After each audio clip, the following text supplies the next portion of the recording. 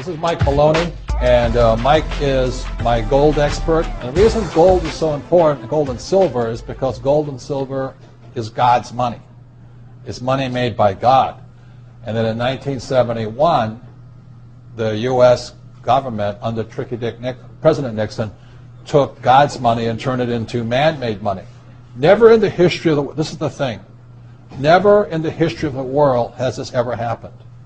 In 1971, the U.S. and Nixon convinced the entire world to replace gold and silver with paper money.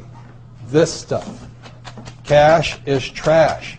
So the reason we have so much volatility in the world today is historically, since the time of the Romans and the Greeks and the French and the English and the Germans, every time they have taken God's money, like silver here, and replaced it with man-made money, there's been economic volatility.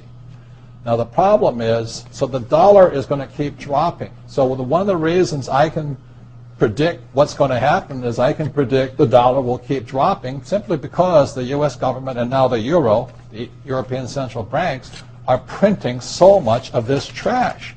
So you'll see gold going up in price, oil going up in price, real estate going up in price, because this is trash. So that's what happened in 1971. It's happened throughout history.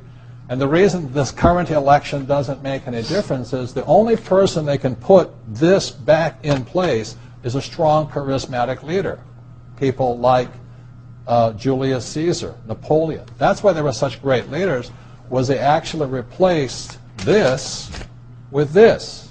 Unfortunately, we do not have that person among the candidates. I know Ron Paul, philosophically, I agree with him as closely as possible, but unfortunately I don't think Ron Paul has the chutzpah, as my Jewish friends would say, to change this whole thing. So there will be more this printed than ever before, which means the dollar keeps coming down and other things keep going up. And that's really what's going to happen.